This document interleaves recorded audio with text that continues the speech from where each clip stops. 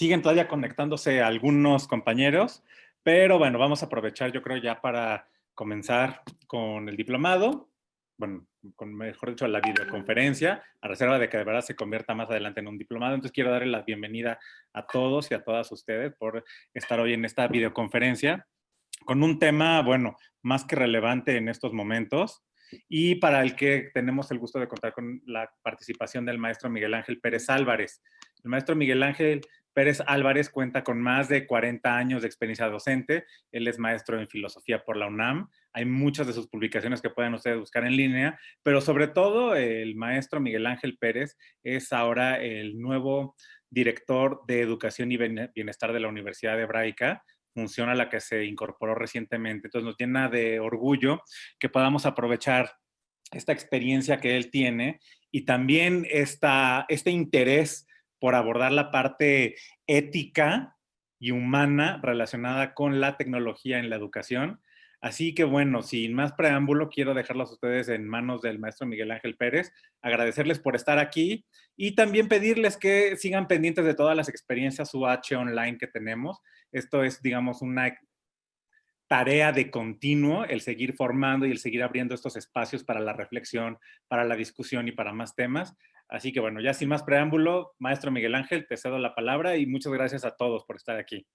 Muchas gracias, Joaquín. Me siento muy orgulloso de poder colaborar con una universidad que ha hecho un verdadero esfuerzo desde hace muchos años por ofrecer estudios de licenciatura y de posgrado relacionados con la materia de la educación en una perspectiva que, como bien dice Joaquín, es básicamente de naturaleza humanística. Hoy no podría faltar ese enfoque, esa visión de lo educativo, y voy a revisar un poco los temas que están relacionados con la tecnología como un mediador del aprendizaje en una perspectiva tanto ética como de orden estrictamente pedagógica. La presentación básicamente es de 1 hora, tendremos ahí al final oportunidad para a través del chat presentar algunas preguntas que espero que Joaquín nos pueda ayudar a moderar. Y la presentación está dividida en 2 partes. En la primera parte hago una revisión rápida de la fundamentación de orden estrictamente ético y pedagógico, de la visión de un filósofo de la educación. Y en la segunda parte voy a hacer una presentación muy breve de lo que estoy haciendo ahora en el tema educativo con la mediación tecnológica. La experiencia concreta mía en la universidad trabajando con la materia de tecnología aplicada a la educación y cómo la hemos tenido que transformar para que se pueda impartir esta clase, que básicamente es un taller de orden presencial a la modalidad a distancia. Entonces, pues voy a comenzar rápidamente con las consideraciones de orden teórico. En algunos momentos hablo muy rápido por mi afán de querer abordar todos los temas con ustedes. Les suplico que me tengan paciencia. Si en algún momento mi forma de hablar no se comprende, que me lo digan claramente en el chat. No me ofendo, ya estoy en edad en la que no me tomo a personal las sugerencias y las intervenciones de quienes tienen la amabilidad y la gentileza de escucharme, como son todos ustedes. Bueno, pues voy a comenzar. Miren ustedes, hace unos semestres en la Universidad de México nos dijeron que era necesario realizar sesiones sincrónicas con los estudiantes de educación a distancia. La instrucción pues parecía inapelable y se fundaba en una posición que yo pienso se debe someter a una crítica desde 2 elementos básicos o desde 2 puntos de vista básicos: el punto de vista pedagógico y el punto de vista ético. La necesidad de la sincronía, de las videoconferencias como esa que estamos escenificando ustedes y yo en la educación en línea y que se nos presenta en diversas ocasiones como un imperativo, evidencia la necesidad de sustentar en la presencia, en la existencia real, el peso del acto educativo. Estar presente por medio de un chat, de una videoconferencia o de un holograma transmitido en vivo parecen ser los garantes de que estamos aprendiendo. Sin embargo, esta posición puede ser rebatida y sujeta a una crítica fundada de manera pertinente en que debe darse la mediación tecnológica del aprendizaje. Trataré de mostrar que el aprendizaje mediado por tecnología debe estar centrado en las condiciones de posibilidad del aprendizaje del estudiante y no en el uso de la técnica por la técnica. Dice Francesco Tonucci, el importante educador contemporáneo, que en esta época de pandemia la tecnología falló totalmente. No nos encontramos con una didáctica de la educación a distancia. El uso de la tecnología para dar clase no funciona porque la clase magistral, como la que significo en este momento, es una forma débil de transmisión de información. Concluye Tonucci, y es la tesis que quiero demostrar en esta tarde, que lo que funciona es el conocimiento que desarrollan los alumnos buscando, investigando, produciendo, construyendo y no solo escuchando a sus maestros. Hablemos del modelo cognitivo humano y del andamiaje tecnológico que ahora nos rodea. Hace algunos años, a principios de los 90, escuché la denominación de tecnologías de la mente para aquellas tecnologías que permiten potenciar las facultades intelectuales de los seres humanos. Así como la invención de las máquinas potenció las capacidades físicas de los seres humanos, la aparición de las tecnologías que potencian y complementan la memoria, el cálculo, la visualización, la colaboración, potencia las facultades intelectuales humanas. Y como un efecto colateral, quizá inesperado, las tecnologías de la mente introducen modificaciones en el contorno de la acción cultural del hombre y contribuyen a modificar su modelo cognitivo. En 2006, Roger Bartra publicó su Antropología del Cerebro. Su análisis sobre las fronteras de la mente nos permitió reflexionar sobre la existencia de una acción mental más allá de los muros que nos separan del mundo exterior. Basado en las ideas de Robert Wilson y su Boundaries of the Mind, Bartra nos propone la sugerente idea que la mente y la conciencia se extienden más allá de las fronteras craneanas y epidérmicas que definen al ser humano, al individuo. El exocerebro se expresa a través de una conciencia que se extiende en el tiempo y se encuentra sostenido en un andamiaje, Wilson le llama scaffolding, ambiental y cultural externo. Esta concepción de la conciencia apuntalada con andamios culturales y ambientales, sobre todo externos, de los que habla Robert Wilson, es similar al de la autoconciencia humana y las prótesis culturales de las que habla Roger Bartra en su libro. Pero ¿cómo se transforma nuestra representación del mundo y nuestro modelo cognitivo por el contexto cultural? En su Mind in a Designed World, Jake Dunagan ha señalado que la ecología cognitiva sirve para comprender al cerebro en tres sentidos: el contexto dentro del cerebro, el contexto incrustado en el cerebro y el contexto que extiende el cerebro. Este ecosistema emerge de las interacciones del cerebro, nuestro cuerpo biológico, con nuestra cultura, nuestras experiencias vitales, nuestras tecnologías y dispositivos y con los ambientes, el natural y el construido. Nuestro cerebro, en su plasticidad extrema, se encuentra profundamente incorporado y comprometido como un artefacto psicosocial situado culturalmente. Nuestro cerebro supera las limitaciones biológicas porque es una creación colaborativa de la experiencia y la cultura, la biología, la psicología y el contexto social. Cambia basado en las circunstancias y en el contexto. Las neurociencias, en sus textos más recientes, sugieren que la conexión cerebro-cuerpo modela la cognición, la percepción sensorial a través del uso de las tecnologías. Un ejemplo interesante es ver cómo las emociones pueden afectar los procesos cognitivos. Otro ejemplo son los experimentos para ver con el oído, la influencia de la altura del techo en el aula de aprendizaje, el trabajo en las redes de colaboración que tienen nuestros alumnos, etc. Pero hablemos del contexto cultural hipertecnologizado en esta era. Por ejemplo, la transformación de la lectura y de la escritura cuando es mediada por la lectura basada en hipervínculos. Cuando entramos a una página web y empezamos a navegar entre diferentes opciones dentro de una misma página. Esta gramática de los hipertextos se construye con el rizoma. El rizoma no es otra cosa que una raíz en forma de una red. Nuestra cultura es entonces una suerte de rizoma y podemos utilizar esta metáfora para hablar de la cultura digital.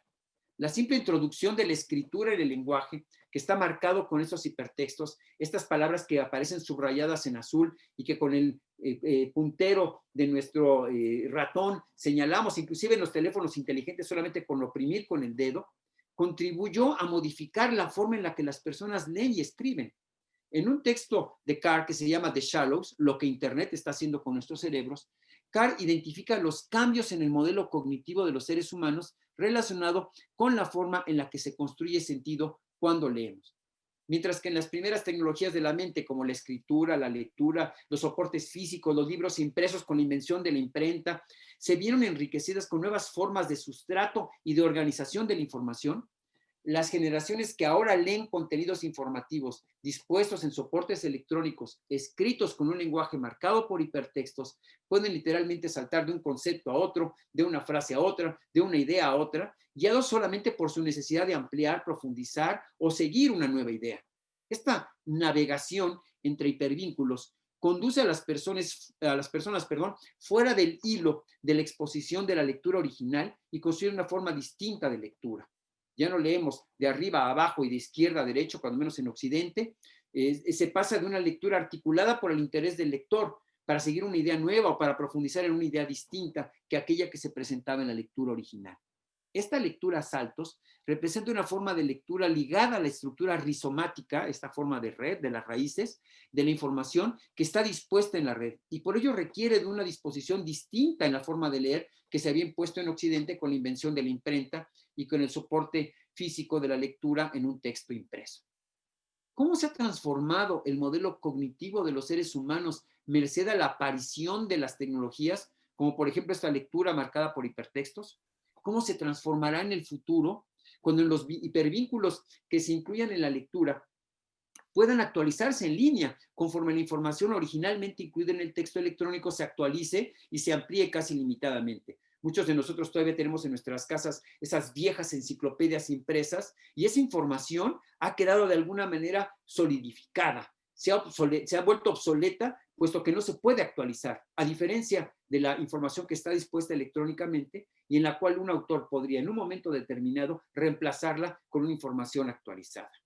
En particular, consideramos que la nueva forma de sostener, preservar y distribuir la información cambiará no solo la forma en la que leemos, como señala Carr, sentará las bases necesarias, aunque no son suficientes, para que los lectores pasen de simples consumidores de la información a productores de conocimiento. El cambio del modelo cognitivo se ve así transformado por la forma en la que las tecnologías de la mente modifican la forma en la que los seres humanos interactuamos con la información. Se puede o no estar de acuerdo con este proceso y con el paulatino abandono de los sustratos o soportes que durante siglos implementaron las tecnologías de la mente para realizar la lectura. Sin embargo, cada vez son más las personas que buscan soportes electrónicos para sus lecturas y crece el número de editoriales y empresas que publican contenidos informativos en un sustrato electrónico digital. Aprender en la era de la tecnología de la mente implica entonces considerar en primer lugar el nuevo modelo cognitivo que surge de las formas distintas de leer en sustratos digitales. Nuestro exocerebro se apuntala con una realidad aumentada, con realidad virtual, con la hipernotificación de las redes sociales, cuando tomamos el teléfono y buscamos saber si alguien nos ha dado like o si nos ha llegado una nueva noticia o si nos ha llegado un nuevo mensaje. El uso de la robótica, del coding, es decir, de la programación y del pensamiento computacional, el uso de la inteligencia artificial, de la navegación, por ejemplo, que utiliza los teléfonos celulares, la analítica de las bases masivas de datos que hoy se puede hacer casi de manera gratuita utilizando inteligencia artificial y un etcétera que es muy, muy largo. ¿Cuál es el efecto que este nuevo modelo cognitivo, pavimentado por el desarrollo de nuevas formas de escritura y de lectura, va a llevar a la autorregulación de nuestros procesos intelectuales, especialmente para los que somos maestros de los procesos metacognitivos, es decir, aquellos que están relacionados con nuestra forma de aprender sobre cómo aprendemos? De aquí que la implementación de las herramientas y recursos tecnológicos fuera y dentro de las escuelas ha cambiado y va a cambiar la definición del aula como espacio pedagógico, el concepto de currículum y el sentido de los procesos de interacción del aprendiz con el conocimiento y con los docentes. La enseñanza frontal, simultánea, homogénea, bustoparlante es incompatible con esa nueva estructura y va a exigir a los profesores el desarrollo de una metodología mucho más flexible y plural, así como una atención más personalizada a los estudiantes y el desarrollo de nuevas habilidades cognitivas. Hablemos un poco sobre las habilidades metacognitivas. El desarrollo de las habilidades metacognitivas debe ser un fin de la educación.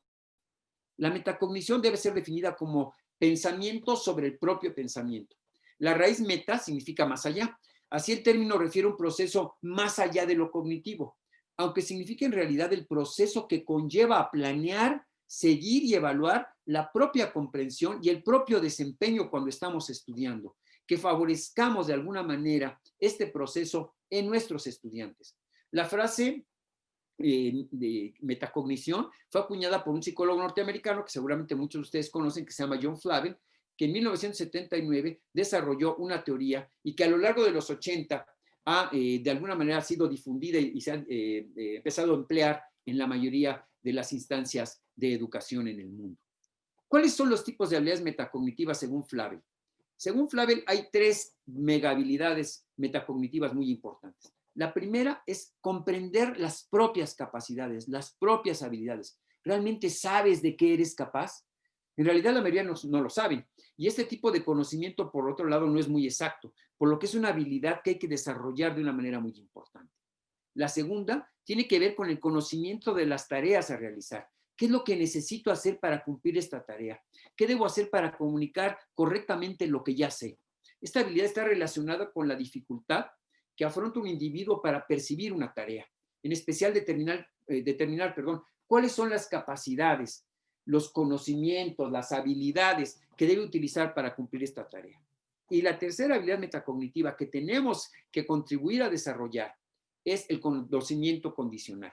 Es una habilidad que usa estrategias para aprender y obtener información, así como para adaptar esas estrategias a nuevas situaciones. Está relacionada con la edad y la etapa de desarrollo del individuo. Conforme el individuo crece, sabe qué estrategia es más efectiva en diferentes circunstancias. Yo estoy seguro que si tuviéramos un buen desarrollo de habilidades metacognitivas, el número de divorcios y los problemas de deudas con tarjetas de crédito no serían tan comunes. De tal manera que cuando hablamos de habilidades metacognitivas nos referimos a aquellas que permiten a un individuo contar con los mejores elementos para determinar qué sabe, cómo sabe que sabe y cómo puede utilizar lo que sabe en la resolución de problemas. Un tema esencial en la relación con la metacognición es la regulación de los propios procesos intelectuales. Por ejemplo, cuando yo me doy cuenta que he cometido un error, me regreso y corrijo ese error, ya que esto permite al individuo controlar y evaluar su propio conocimiento. Incluye el conocimiento sobre cómo y cuándo utilizar las habilidades propias, permitiendo con ello tener un adecuado control de su aprendizaje. Pero pasemos al tema ético. En una frase que suena mucho de Osbekan, de hecho es el título de su libro que se llama Can Implies Oath, algo así como poder implica deber. Osbekan analiza las implicaciones éticas del uso de la tecnología. Y quiero en esta segunda parte de mi presentación hablar de las implicaciones éticas. Erich Fromm, en un texto de finales del siglo pasado, estableció que uno de los principios que sustenta la sociedad hipertecnologizada, Fromm no le llamaba así, le llamaba la sociedad tecnetrónica, es el que se sintetiza en la máxima: las cosas deben hacerse porque son técnicamente posibles. Todos los demás valores caen por tierra y el desarrollo tecnológico se convierte en fundamento de la ética, dice Fromm. Esta tesis expresa en el mismo sentido lo que dice Osbekan cuando en su libro El triunfo de la tecnología, poder implica deber, establece que en nuestro mundo diseñado, la realidad tecnológica indica que el podemos hacerlo se convierte en el sentido debemos hacerlo. Por ello, la experiencia del cambio y la adopción de nuevas tecnologías, como nos ha ocurrido ahora con la pandemia, en la que nos hemos visto obligados a adoptar tecnologías, impacta en nuestra vida cotidiana en la medida que nos vislumbramos como seres marginales si no tenemos acceso a la tecnología o si no somos capaces de utilizarlas. Pues faltaríamos entonces al principio ético de que debemos adoptar y utilizar estas tecnologías. La principal brecha no es digital, es existencial y es ética. La cultura digital impone este principio como la base de la conducta social. Y voy ahora a hacer una crítica de la técnica por la técnica. El ser del objeto técnico es en nuestra sociedad más que un objeto. Es un símbolo psicosocial y un dispositivo con una función que afecta a los seres humanos en sus funciones en términos subjetivos. En ese sentido, la mediación técnica de nuestro ser, de nuestro aprendizaje, adquiere una dimensión ética. Rodeado de objetos técnicos como intermediarios entre el mundo y el humano, constituye una relación de dependencia, necesaria para esclarecer la responsabilidad de la acción de esa unidad con repercusiones en la esfera de lo social. Según ha establecido Werner Stiegler, un filósofo, en una conferencia que ustedes pueden ver en YouTube que se llama Estado de choque, tontería y saber, un ser humano sin técnica dice este autor, no es viable, no puede sobrevivir y vive en una situación que llamamos desde hace un siglo neotecnia. En esta situación, el ser humano es un ser expulsado prematuramente y que tiene que continuar su organización y completar su organismo con órganos artificiales. La técnica acompaña entonces la condición farmacológica del hombre.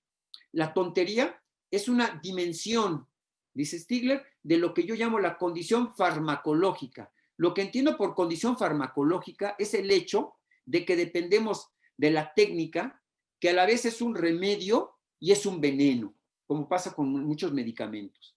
Esta condición farmacológica, como le llama Stigler, conlleva la necesidad de la educación, entendida como dominar el arte del pez volador, ¿no? Ustedes conocen a los peces voladores. Se elevan, ¿no? Saltan del agua, ven el mundo y vuelven a caer al agua. Nos elevamos en búsqueda de remontar nuestra condición, vislumbramos otra dimensión de la realidad, pero volvemos a caer. Esta lucha que nos pone en el camino de la educación y la cultura nos obliga a una reflexión sobre la relación farmacológica con la tecnología. Debemos afrontar críticamente lo que Stigler denomina tontería sistémica.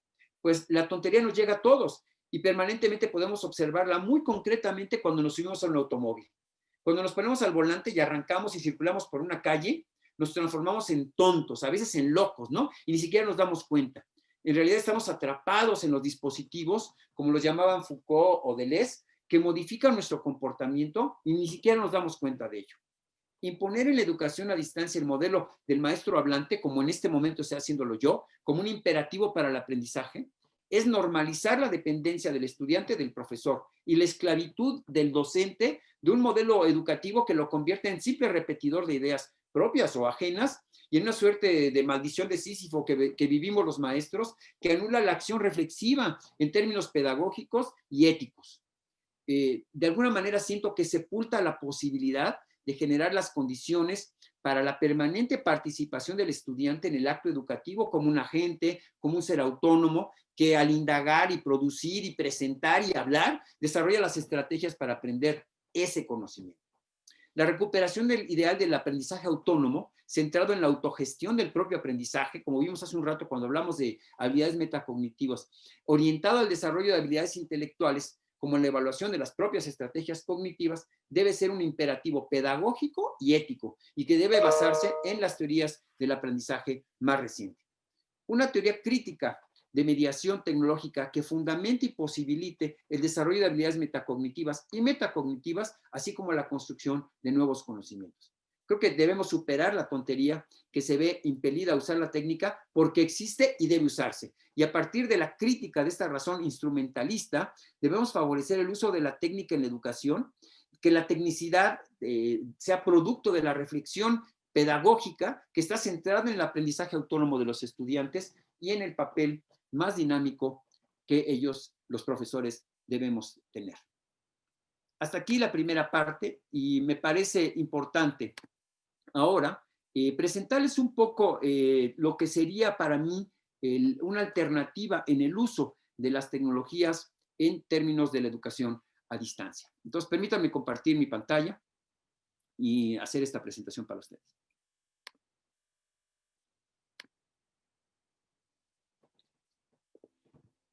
Bien, ocurre que, como les decía a ustedes, en el caso de la educación a distancia de la universidad, me vi impelido a convertir mi curso de tecnologías de la educación a la modalidad a distancia.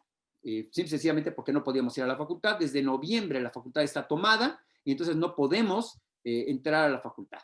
Después, en marzo, vino la pandemia y entonces todo fue cambiar el modelo de mi clase a la modalidad a distancia. Bien.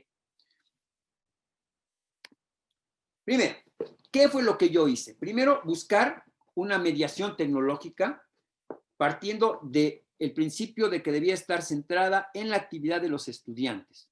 Por ende, busqué una plataforma gratuita. La mayoría de las escuelas y de las instituciones educativas de nivel superior tienen hoy en día plataformas para poder hacer este tipo de trabajo. Así es que cada uno de nosotros adopta la tecnología que tiene a la mano. Y esto fue lo que yo hice, buscar una plataforma gratuita para poner ahí todos los contenidos, actividades, etcétera, que necesitaban utilizar nuestros estudiantes. El segundo fue el famoso medio de contacto. A diferencia de esta visión de utilizar Zoom como la única y principal elemento de la clase, lo que yo hice fue utilizar este medio de contacto como un elemento más dentro de este ecosistema cognitivo que está mediado con tecnologías. Entonces, bueno, pues les muestro rápidamente. Aquí hay una imagen de una plataforma. El curso se llama Tecnologías de la Educación y lo que ven aquí, este sujeto que está aquí soy yo durante la actividad de clase utilizando la plataforma Zoom, ¿no? Muy bien. Bueno, entonces, hablemos primero de la mediación. ¿Cómo es que yo generé la mediación dentro de la sesión de clase que tenía que impartir o que estoy impartiendo desde hace ya 2 semestres? Lo primero fue generar retos de alta demanda cognitiva, porque si vamos a descentrar la acción educativa del profesor para orientarla más hacia el estudiante, lo esencial es que el estudiante sea retado y el reto debe ser un reto de alta demanda cognitiva. ¿Por qué? Porque si yo le pongo a los estudiantes retos que puedan resolver, como dice un alumno mío, buscando en Google, es que no sirve. Si yo le pongo al alumno un reto que puede resolver buscando la solución en YouTube, no sirve. Entonces, lo que hice fue diseñar un total de 64 retos que llevo a lo largo del semestre y la actividad de la clase, es decir, la interacción que se da a través de videoconferencia, tiene 2 diferentes partes. La primera parte, que es la que yo realizo los días martes, es plantearle a los estudiantes una serie de retos de alta demanda cognitiva. Les doy el resto de la semana para que realicen y cumplan esos retos. La sesión del jueves no está cerrada, es decir, no me niego a atenderlos, pero en esa sesión de clase solamente atiendo las dudas respecto a qué es lo que tienen que hacer, no a cómo lo tienen que hacer, sino qué tienen que hacer. Entonces, la clase del martes planteo el reto, la clase del jueves aclaro las dudas respecto a qué es lo que tienen que hacer y al siguiente martes, es decir, una semana después, lo que hacemos es una interacción en la que los estudiantes presentan lo que han resuelto a lo largo de la semana. Generalmente, lo que tenemos ahí no es el interés por ver el resultado, el producto del trabajo del estudiante, sino algo más importante.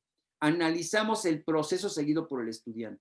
De ahí que el elemento técnico que yo utilizo para poder evaluar el proceso es justamente una herramienta que sirve para plantear procesos, no una herramienta para que me entreguen productos. La mayoría de nosotros estamos acostumbrados, profesores de niveles universitarios, a que el alumno demuestre su conocimiento, sus habilidades, entregando un reporte escrito. Leemos sus escritos. Ese es un producto.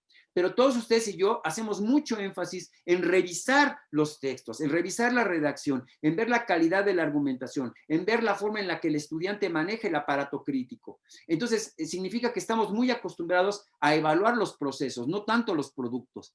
Entonces, ¿cómo transformar una clase de tecnologías de la educación en la que trabajo con temas como robótica o inteligencia artificial o con coding en una perspectiva de análisis de procesos y no solamente de los productos? Bueno, cada estudiante presenta, repito, el proceso seguido para resolver el reto.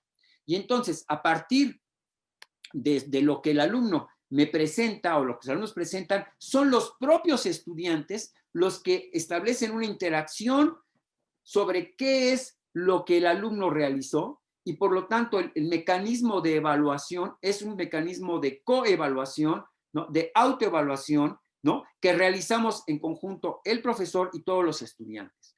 Es bien importante porque esta interacción que nos lleva a analizar el proceso y el producto de la actividad de los alumnos sirve como base para la construcción. Es decir, cuando el alumno ve cómo otro compañero ha resuelto el reto, cuando otro compañero le comparte lo que está haciendo, está generándose una dinámica. Entonces, la sesión de clase, a partir de ese momento, ya no es una conferencia del profesor, sino un trabajo en el que se organiza el trabajo de los alumnos. Tengo un ayudante y entonces lo que hacemos es que dividimos a los equipos de trabajo. Gracias a la tecnología se pueden organizar equipos de trabajo y una parte de la sesión los estudiantes trabajan por separado en equipos y regresamos a la sesión en la que de manera colectiva analizamos los productos y los procesos. Este es, digamos, lo que yo entiendo por la mediación.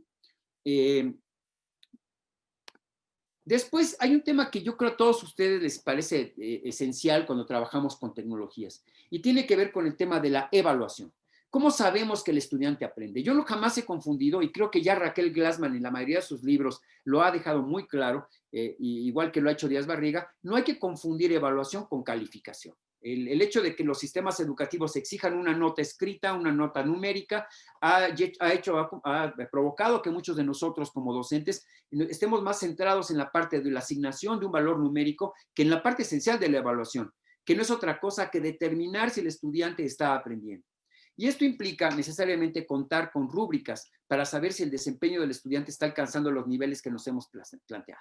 Entonces, me parece que es importantísimo en este paso a la educación a distancia a la que nos hemos visto obligados, el contar con buenas rúbricas respecto a los conocimientos que el alumno tiene que construir, pero más importante, respecto a las habilidades, competencias, etcétera, que estamos buscando que el alumno logre con los retos, con las actividades de las sesiones sincrónicas. Entonces, me parece importante que la evaluación esté basada sobre todo en el tipo de evidencias que los alumnos entregan. Es decir, no está tanto basado en una simple intervención verbal, porque esas son importantes. Muchos de nosotros le preguntamos a los estudiantes y ya en la simple intervención oral nos damos cuenta si el alumno realmente ha leído, ha investigado, ha interactuado con los compañeros. Pero para mí algo que me parece esencial es notar en las evidencias que se dan a través de las intervenciones de los estudiantes, pero sobre todo a través de los procesos que estamos analizando en la clase, ¿no? Esto me parece esencial. Y creo que esos tres elementos, la mediación y la evaluación, están muy profundamente vinculados. En resumen, me parece que para poder trabajar la educación a distancia en nuestro tiempo desde una perspectiva no solamente técnica, sino fundamentalmente pedagógica y ética, es necesario que favorezcamos el desarrollo de la autonomía del estudiante, el desarrollo de habilidades intelectuales y de habilidades metacognitivas, además de la construcción de conocimientos. Para ello, me parece, debemos disponer en una plataforma los retos, las tareas, las actividades que estén centradas en la acción individual o por equipos de los estudiantes. Segundo, las sesiones sincrónicas o presenciales deben estar dedicadas más a que los alumnos construyan conocimiento, sobre todo a partir del trabajo de análisis que hacemos del trabajo de los otros compañeros y a través sobre todo de la exploración que realizan a lo largo de la semana, a través del trabajo de descubrimiento de lo que se llama el conocimiento heurístico, a través de la organización de la información y del conocimiento que se da en su trabajo individual y por equipos y sobre todo en la síntesis que de manera personal o colectiva presentan en la clase.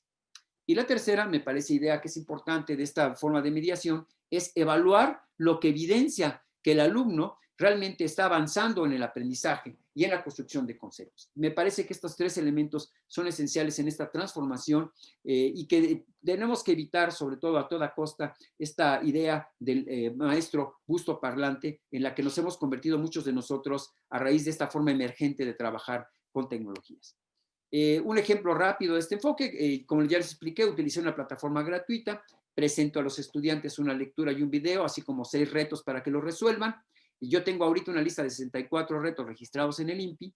Se explica a los alumnos los retos, se les da una semana para que los superen. En la siguiente sesión, como ya expliqué, se revisa el proceso y cada semana se analizan los conceptos que los alumnos construyen. Ayer, por ejemplo, en la clase de martes, estuvimos revisando algunas nociones, por ejemplo, de recursividad en procesos de pensamiento computacional para poder resolver retos intelectuales. Y la parte más interesante es que los alumnos son los que construyeron la noción de recursividad en lugar de que yo la haya planteado como un simple concepto más de clase que yo explico. Estas son las herramientas. Aquí está la herramienta que utilizo para la clase. Aquí está el reto, ¿no? Y aquí está la herramienta. Es una herramienta muy sencilla que muchos de ustedes conocen. Se llama Scratch. Es una herramienta del Tecnológico Massachusetts. Sirve básicamente para enseñar pensamiento computacional, pero para todos aquellos que sean docentes, aunque no sean maestros de computación, ni de robótica, ni de tecnologías, para enseñar arte, para enseñar ciencias, sobre todo para enseñar física, química, biología, para enseñar matemáticas. Es una herramienta esencial. Fíjense, los retos que resolvimos esta semana, mis alumnos tenían que construir la noción de polígono regular. Ya les dije la respuesta. Ahora les voy a decir cuál es el problema. El problema que yo les planteé a ellos era que fueran resolviendo primero un cuadrado, luego un pentágono, luego un hexágono, luego un octágono, luego una circunferencia. Y si ustedes lo intentan con Scratch, se percatarán que pasar del cuadrado al pentágono es muy difícil y que pasar del octágono a la circunferencia es muy difícil. ¿Por qué? Porque uno tiene que entender la lógica inherente a los polígonos regulares. A diferencia del clásico maestro que le da a los alumnos la definición de polígono regular, mis alumnos se dieron cuenta que con ayuda de la tecnología, un alumno de quinto año de primaria puede construir la noción de polígono regular y, lo que es más importante, desarrollar las habilidades para hacer el procedimiento. Si ustedes ven aquí, lo que se ve son las órdenes que los alumnos les dieron para que hicieran estos retos que les planteé. Entonces yo puedo analizar junto con sus compañeros si el procedimiento utilizado es elegante, que en términos de pensamiento computacional, un procedimiento elegante es un procedimiento breve. ¿Ok? Muy bien. Bueno, pues esto es en teoría lo que les quería decir, en una aplicación práctica, para que no me vayan a acusar de ser simplemente un teórico de la educación, sino que me he dedicado a probar desde hace 30 y tantos años el uso de tecnologías en educación en diferentes instituciones. Les acabo de poner en una página de Menti una, pues no sé llamarle examen de conocimientos, pero si lo quieren ver no como un examen, sino como una colaboración, vamos a hacer un ejercicio de colaboración todos ustedes y yo. Voy a dejar en la pantalla un rato esto, y antes de que yo entre y se los muestre para que vean el resultado, háganme el favor de entrar a la página www.menti.com y ahí está el código que tienen que introducir. Les va a aparecer ahí un cuestionario y me gustaría que lo resolvieran y vamos a ver ahorita en unos momentitos el resultado. ¿Sale? Agradecería si por medio del chat me indican ustedes cuando ya hayan avanzado en contestarlo, ¿vale? Porque somos muchos y sería muy, muy difícil que yo estuviera revisando uno por uno el resultado. Así es que si son tan gentiles de checarlo, les dejo ahí mi pantalla para que puedan tomar el número de la sesión. Es 5425-662 en la página menti.com. Si pudieron entrar y de alguna manera empezar a responderlo, pues nada más me indican y así ya puedo seguir adelante con esta sesión.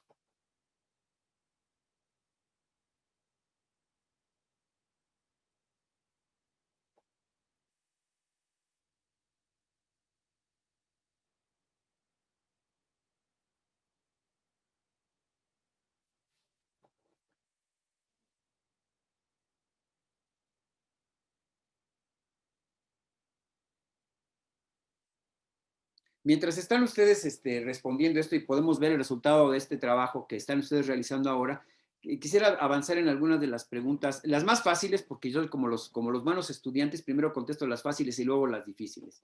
Dice Débora, que cómo puede aplicarlo en química. Fíjate que en secundaria, ves que bueno, está la materia de química en secundaria, los alumnos están trabajando con Scratch en hacer el modelo atómico. Entonces, ya ves que hay diferentes modelos atómicos, ¿no? Entonces, lo que pidió la maestra es que con ayuda de Scratch trataran de reproducir todos los modelos atómicos que hay. Claro, algunos muy complicados de representar, de modelar, con una herramienta como esta, pero fíjate que los alumnos hicieron cosas muy interesantes haciendo modelos atómicos. Yo creo que si tú eres maestra de química y lo quieres probar con tus estudiantes, prueba con Scratch a pedirles que te representen todos los modelos atómicos, a ver cuáles pueden representar. Y la parte más interesante es que para poder hacer esos modelos atómicos, imagínate, tienen que primero estudiar e investigar cómo funcionan. Yo lo hice con mi propio hijo que está estudiando química ahora en secundaria y fue de lo más interesante porque primero se puso a estudiar, ¿no? ¿Qué es un modelo atómico? ¿Cómo funcionan? Todas las representaciones. Ya no me quiero meter en detalles porque hay muchas otras preguntas, pero ahí tienes un ejemplo concreto de cómo se puede utilizar. Por ejemplo, en hacer simuladores, modelos científicos, me parece que puede ser interesante. Y hay muchos otros, ya en otra ocasión, y ahora les diré cómo vamos a hacer, lo podremos ver. Bueno, lo que voy a hacer ahora es irme a ver el resultado de lo que ustedes amablemente han estado trabajando, ¿verdad? Déjenme buscarlo ahora nada más. Por aquí lo debo tener. Aquí, veamos. No, ya lo cerré. Hice una tontería. Perdónenme un segundo, por favor.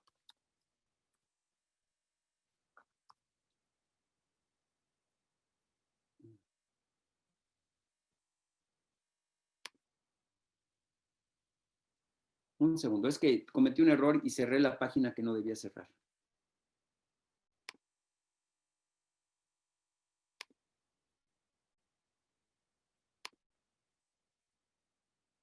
Ahora sí.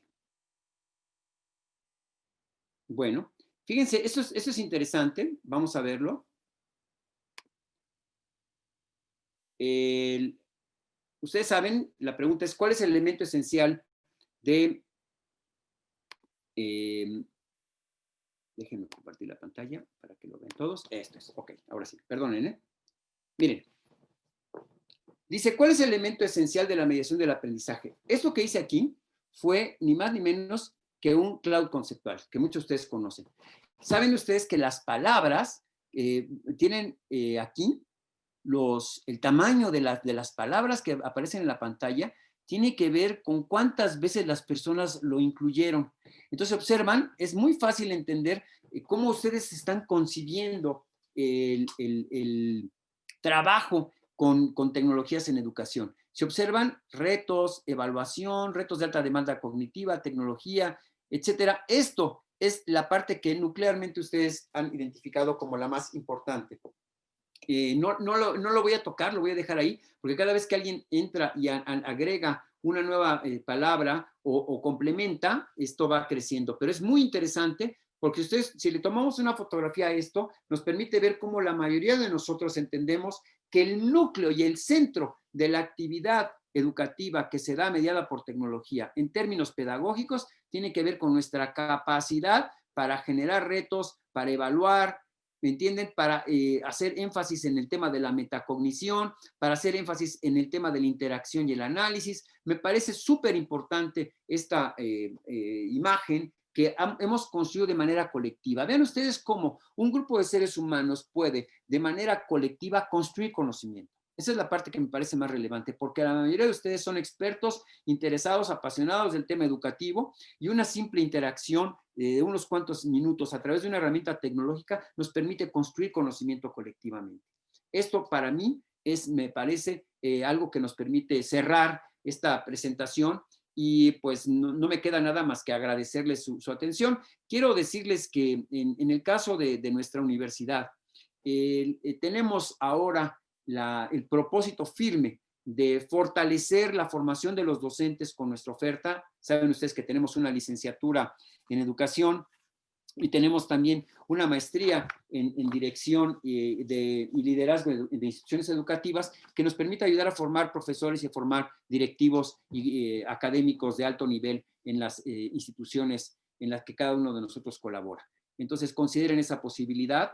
Actualmente tenemos un programa de becas y creo que vale la pena que en la página de la Universidad de Hebraica ustedes revisen nuestras becas para estudiar tanto la licenciatura como la maestría. Y quiero aprovechar para anunciarles que a partir del mes de enero vamos a iniciar con un programa especial de educación en colaboración con universidades de Israel, de Gordon College Institute, que es una de las instituciones más importantes de Israel en la formación de profesores, sobre todo con este sesgo hacia el uso de tecnologías en educación. Vamos a tener 3 cursos que van a ofrecer profesores de esta universidad en Israel, y vamos a tener también un ciclo de conferencias que tiene que ver con una de las preguntas que viene ya aquí en el chat, que es cómo pensamos que va a ser la educación después de la pandemia, ¿no? El anuncio de ayer de Pfizer del 90% del avance en la vacuna, a muchos de nosotros nos sorprendió, pero ¿saben a quién sorprendió más? Para que ustedes lo tomen en consideración, a los que compran y venden acciones en la bolsa.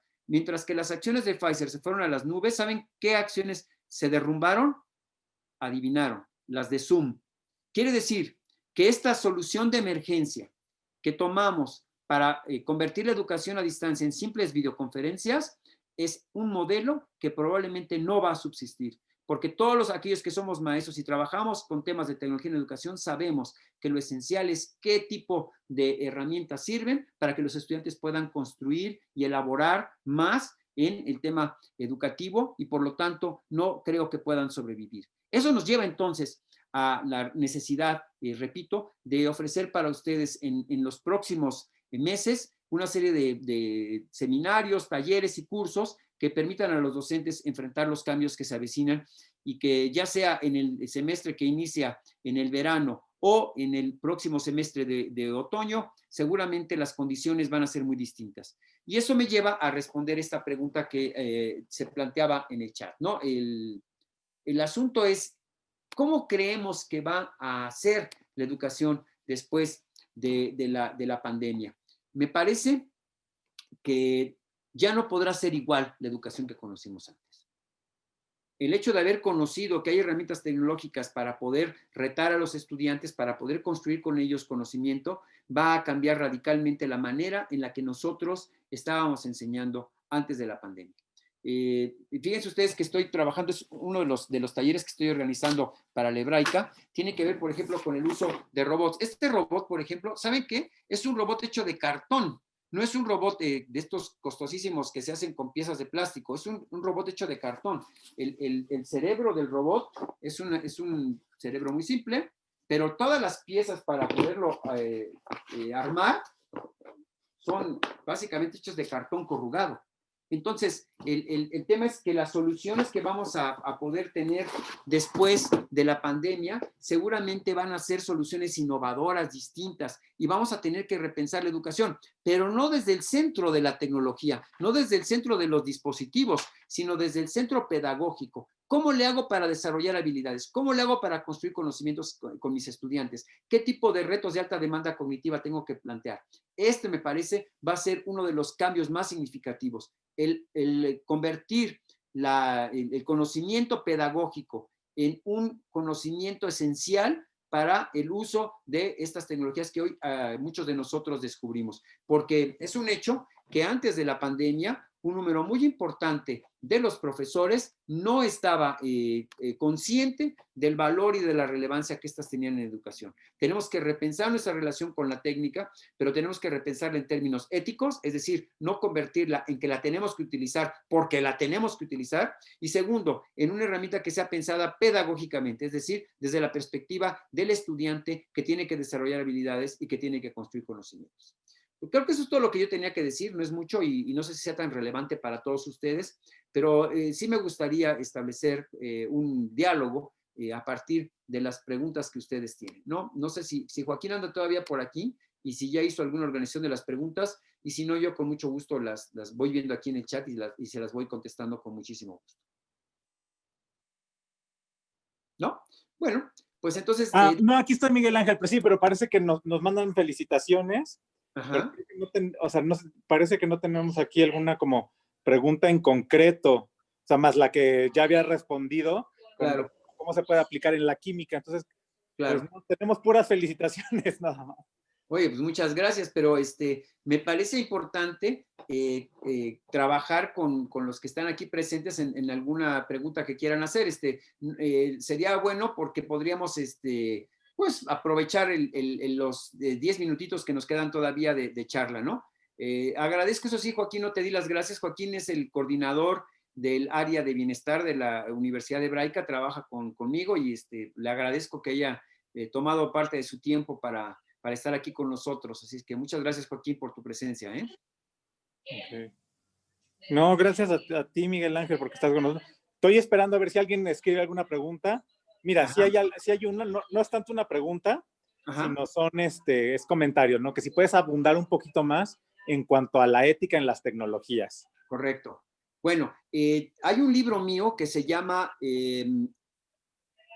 Ética Multicultural y Sociedad en Red, en el que reviso mucho el tema de la ética. Le voy a dar un par de ejemplos que tiene que ver. Cuando nosotros entramos a las redes sociales, mucho de nuestro comportamiento está ligado al hecho de ser aceptado, como pasa con la mayoría de los seres humanos, ¿no? Entonces, en las redes sociales ocurre que muchos de nosotros entramos al WhatsApp o al Facebook o al Twitter o al Instagram o al TikTok o lo que sea, para ver cuántos likes tenemos. Y en el libro yo explico, y lo puede usted descargar en línea, porque todos mis libros están disponibles en línea de manera gratuita, en Ética Multicultural y Sociedad en Red, que publicó Editorial Ariel. Me parece que fue importante la reflexión que hicimos sobre cómo se ha convertido en una suerte, perdónenme la frase, pero así está en el libro, un orgasmo social de ver cuántos likes tuve en el día, ¿no? Entonces hay una suerte de dependencia de la tecnología y entonces la persona está entrando nada más cada 10 minutos, cada 15 minutos para ver cuántos likes tiene, ¿no? ¿Qué tan aceptable es en el mundo social? Y eso imagínense en un adolescente cuando todavía se está desarrollando parte de su cerebro, el hecho de que se haga dependiente de esta necesidad de ser aceptado que tienen todos los adolescentes, vinculado con el tema de las redes sociales. Ahí tiene usted una implicación ética. Las otras, por supuesto, tienen que ver con el tema de privacidad, ¿no? Hoy tenemos tecnologías como el reconocimiento facial, que se da con cámaras que se encuentran en la calle y que permite, de alguna manera, una invasión a nuestra privacidad. El hecho de que haya, por ejemplo, cookies en las páginas que usted visita en Internet y que hace que puedan saber quién es, dónde vive, qué tipo de preferencias tiene y que haga que lo bombardeen con publicidad específica para sus intereses, ¿no? El título del libro es Ética Multicultural y Sociedad en Red. Está publicado por Ariel y se encuentra, si ustedes lo buscan en Google, está publicado por Fundación Telefónica también de México. Ajá. Gracias, Paula. Bueno, voy a ver si quieres, Joaquín, con las otras preguntas. Sí, mira, yo creo que son varias, están profundas, entonces te voy a dar como las 3 preguntas y tú puedes ir, yo creo que concatenando, porque mira, bueno, una está muy sencilla, donde puedes consultar sobre la maestría, te va a llegar la información, yo creo que te la pueden mandar. Mira, una es que si la innovación educativa depende del uso de la tecnología. La respuesta Esto por es una no. parte. No, claro.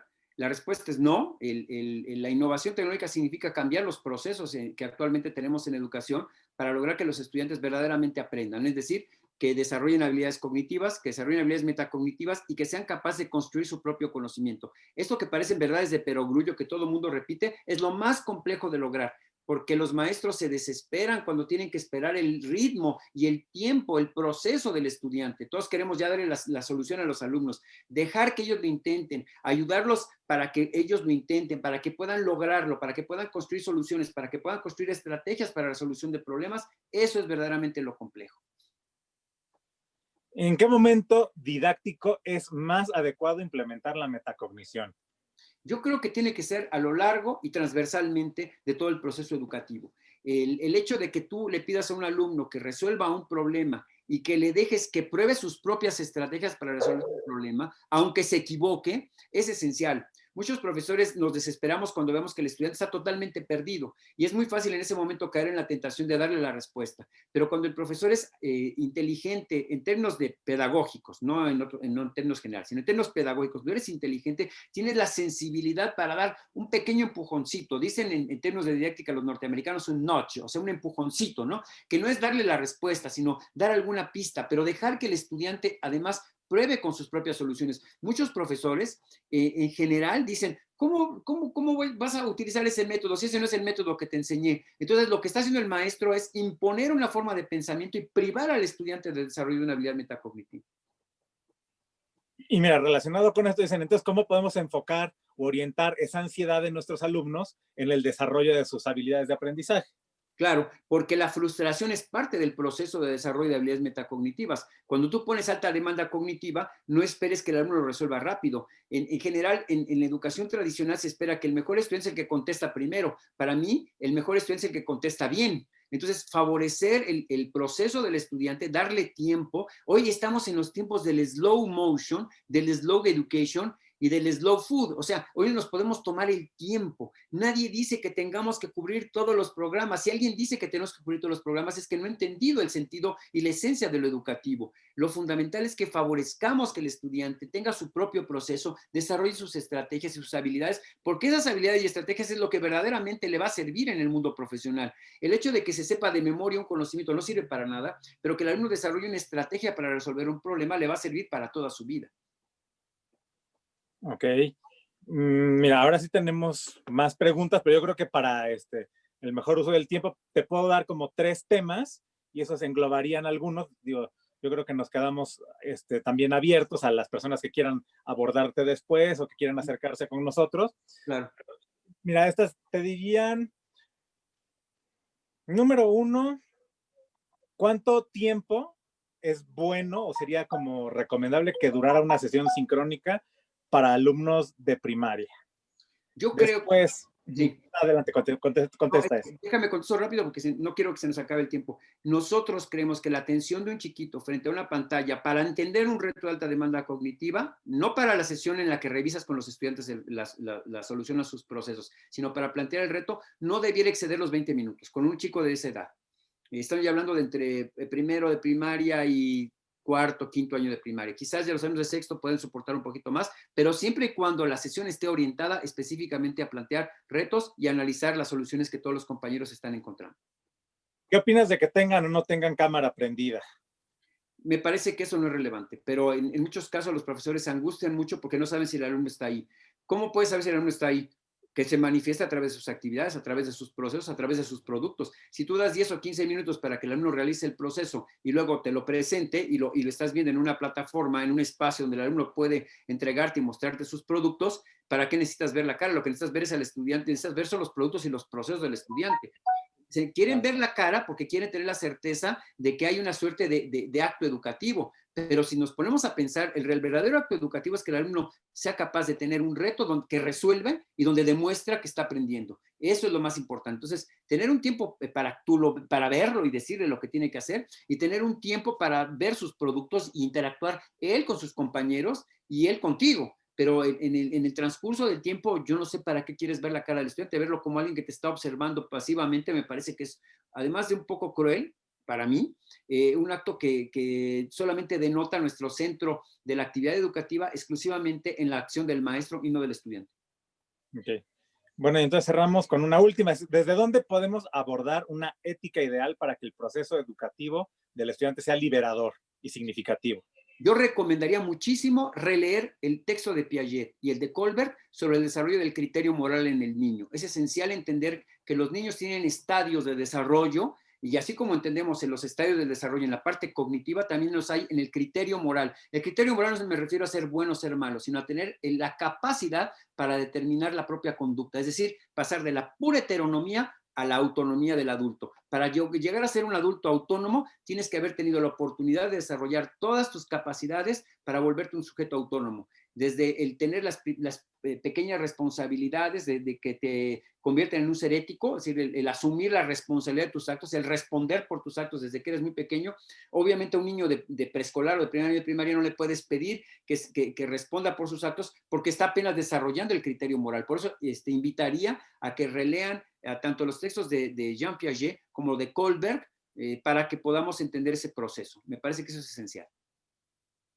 Perfecto. Bueno, pues entonces cumplimos con el tiempo de manera muy exacta. Les quiero agradecer a todos los hoy participantes. Les invito a seguir participando también de nuestras experiencias UH, de que conozcan también, como decía el maestro, pues nuestra oferta oficial, tanto en posgrado como en licenciatura.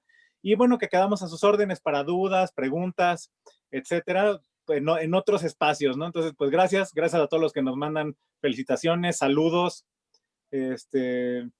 Mira, nos pone Silvia que esto le ayuda a reorientar sus sesiones sincrónicas, qué bueno. Gracias por la respuesta, muchas gracias a todos. Pues perfecto, gracias a ustedes y bueno, pues los invitamos a seguir participando de estas actividades. Que estén muy bien. Gracias, hasta luego. Hasta luego.